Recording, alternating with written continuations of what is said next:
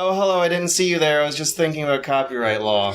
Whenever I am reading a very frequent news story in which a giant corporate trash factory is suing a smaller competitor out of business because their names sound a little similar, I very oftentimes notice that there's a devil's advocate in the comments section making some kind of defense that sounds a lot like LegalZoom.com's summary of how if a company doesn't do this, then the very concept of branding could collapse and customers could never know for certain whether a particular brand image truly represents the original. What a horrifying, apocalyptic, dystopic situation. Well, sorry, this is a case where LegalZoom.com is totally right, the devil's advocates are totally right, and the horrifying apocalyptic situation of not knowing what product represents which company is actually happening. Okay, this video's topic concerns a game whose name is not in the title nor the tags of this video, because it deserves coverage, but not publicity. Hunt Down the Freeman is a fan-made game set in the Half-Life universe that was put up for sale for $25. That makes it the most expensive of the current Half-Life games despite not being made by Valve nor an established developer licensed to make a Half-Life game, where those expectations for quality are carried over. Usually when this is the case, the store page makes it at least a little more obvious and the price is a little lower. So I stumbled through the entire first week of this game's whole scandal, constantly asking myself a question so bewildering that I just knew it had to be a stupid question. How the hell did Valve hand a legitimate third-party developer license to sell an honest-to-God Half-Life game to these guys?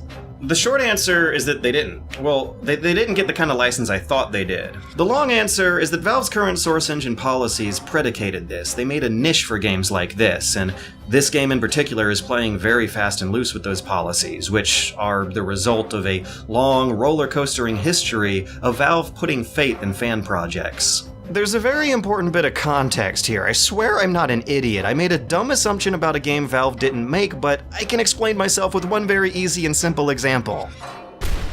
Counter-Strike used to be a fan-made mod that Valve turned into a retail product. I'm sure we all know what a big deal that is. Valve also made Day of Defeat into a profitable product. The expansions of Half-Life 1 were Gearbox's first games. They got put on the map because of Valve. It also wasn't Valve, but rather third-party developers who made over half of CSGO and Left 4 Dead. Valve's third-party relationships have been historically important and bountifully fruitful. They have easily led some of the most exciting and rewarding third-party partnerships, whether it's with modders or fully established studios. That's a cornerstone of their company image, and it's also important to remember that this was the precedent set before the great paid mods fiasco of 2015. Gabe Newell's desire to see third-party modders get paid for their work is ancient. It's a legacy feature that was implemented almost 20 years ago. And that's a goal to be celebrated and to be pursued, but it has manifested into a lot of clumsy company decisions that don't exactly turn that utopia into reality. Paid Skyrim mods getting shut down 3 days into implementation via divine decree by Lord Gaben, who wasn't even aware of it happening, sent fans into crisis mode 2 years ago. But compare that to the small coughing fit mode of paid source mods like Aperture Tag rolling out, which were at least very clearly labeled intended to score well, but then you have mods like Black Mesa, where sales of the free mod were allowed only after the team very nearly finished a Half-Life remake all by themselves, while impressing the pants off Valve in the process. That free project ended up snagging a $20 spot on Valve's shelves, while Valve snagged a remake of Half-Life 1 they didn't have to make themselves.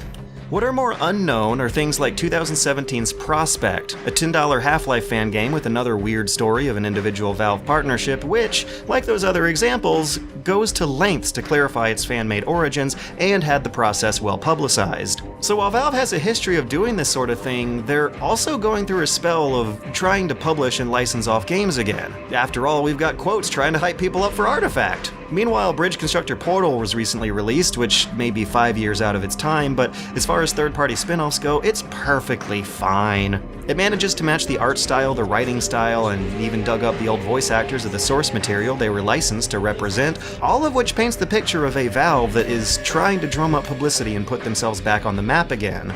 And based on its store page, a Bridge Constructor deal was the kind of third-party spin-off sequel I thought Hunt Down the Freeman was supposed to be. If not one made by professionals, then at least an amateur project good enough to impress the professionals. Keep in mind that I, as an informed, interested gamer who read the news, was still fooled by this because of the news, because of that history of Valve partnering with, or at least associating with, high-quality, highly successful fan projects, so that had me wondering how they let this one slip through the cracks. Third-party developers who take on a contract for a derivative work oftentimes go through a process similar to a job interview. The original rights holders will look through their resume and their shipped products before deciding if they can trust the shady new guys with their brands. That process varies by publisher, by developer, and by brand. It's not likely that Aquaman, Battle for Atlantis, had as hard a time negotiating for its licenses as Kingdom Hearts would have. But the bar for that licensing approval process can also change as the world changes, from unforeseen consequences. As it did in summer 2016, when getting a Source Engine license suddenly became a lot harder, following leaks from third-party developers who revealed a bunch of unfinished and compromising details that Valve was leaving in their dev kits.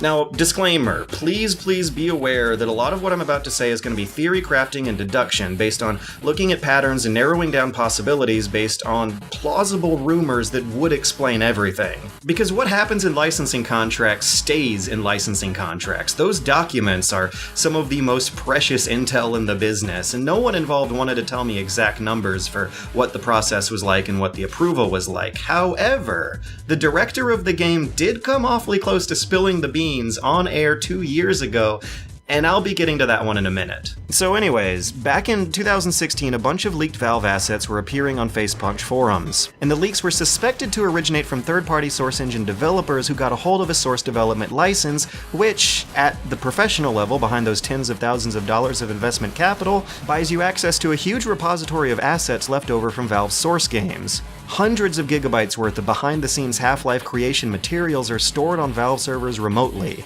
and being a Source developer grants you access to that. Potential Episode 3 leaks from this server trickled out again in the following March of 2017, and I have been told that since then, negotiating for Source got a hell of a lot harder for the rest of 2017 into 2018, but luckily Hunt Down the Freeman was doing their negotiation in spring of 2016, and while, once again, what happens in licensing contracts stays in licensing contracts, you can still get an idea for what their bare minimum rock-bottom licensing-only cost for a Source Engine FPS would have looked like in spring 2016 by an interview quote from the man himself, $50,000 US. Firstly, 10% of the money goes to the tax and Indiegogo, so there is only $90,000. And $50,000 of that just goes to the licensing the game. The Source FAQ says that $25,000 is needed for Havoc, while Bink and Miles need to be licensed separately. So let's assume that Valve's cut of those $50,000 licensing costs, which would have bought them access to those assets, is something like $25K of that $50K. Because Hunt Down the Freeman also has a bunch of Left 4 Dead 2 assets in there too. Meanwhile, Prospect, which for sure was a one-man project, according to the one man themselves, had to get a $46,000 loan taken out at some point to cover development costs. And what is super unconfirmed and something you should totally consider a rumor are these allegations that a YouTuber's $50,000 investment is what got the game going in the first place. I did ask the YouTuber about it, so far haven't gotten any reply from them, which is strange because this is the one case, the one story, where almost everyone involved was just itching to talk about it. The one reason this is significant is because that $50,000 number keeps popping up. The Source FAQ page says that you can still publish games without going through all those hoops so long as you slap the disclaimers on, and since the game's page has neither the Source Mod disclaimers nor the Half-Life branding, I'm making the informed speculation here that they probably bought into a $50K tier of Source Engine development where you get the engine and the assets, which means a bit of access to Valve's IP of settings and characters, without being handed Valve's branding itself. This isn't Half-Life Hunt Down the Freeman like Half-Life Counter-Strike was. This is just Hunt Down the Freeman, a supposedly original story which fails to mention Half-Life anywhere on the page, nor the fact that it takes place in the universe, even though that's the whole selling point. Gordon Freeman. The most disclaimer we got on the page is just this one clarifying that it's not made by Valve, which doesn't clarify if it was approved or authorized by Valve. So I'm further guessing that $50K is a bare minimum starter number that this game's budget did go over because Hunt Down the Freeman was a fully funded game somehow. They had an office, in LA no less, with a handful of full-time developers who they say crunched this thing out over many restless nights. And tens of talented mappers and modders were contracted out to work on it, many of whom now don't want to be associated with the project. Despite how it may look, tens of thousands of dollars in wages were spent on this thing. It was not a one-man project at all. And all of this can even be said because one of the game's level designers / PR managers told me that the director told them that they did get some kind of Valve approval in 2016. And according to Valve's FAQ pages, a source mod turned fan game can use their IP and characters and world if they get approval. I've never been too offended by the crappy games getting put out on the Steam store. These days, it's easy enough to do one Google search before buying something awful that I find it hard to sympathize with those who have supposedly been burned by accidentally buying one of these. And in this case, negative reviews of Freeman Hunter 2018 were not hard to find. They found me first, before any actual store page or advertising for this game did. But the difference in this case is that Half-Life's brand quality is at stake. The brand name in first-person shooting, one of the most revered and groundbreaking names in gaming, has gone down the tubes for all of these reasons. Whatever Half-Life brand electronic entertainment interactive pixel moving image picture game they sell next is gonna face a much harsher uphill climb to get that incredibly important 2-week launch of a hype cycle going. If another Half-Life game does ever come out, in fact, seeing how well it manages after launch is going to truly test the necessity of copyright branding protection practices in the first place. I don't have my hopes up, and all of that personally stings doubly hard because it is just proving the devil's advocate of copyright law right. Gordon Freeman is now living the unspeakable dystopic horror of being drawn and sold by amateurs.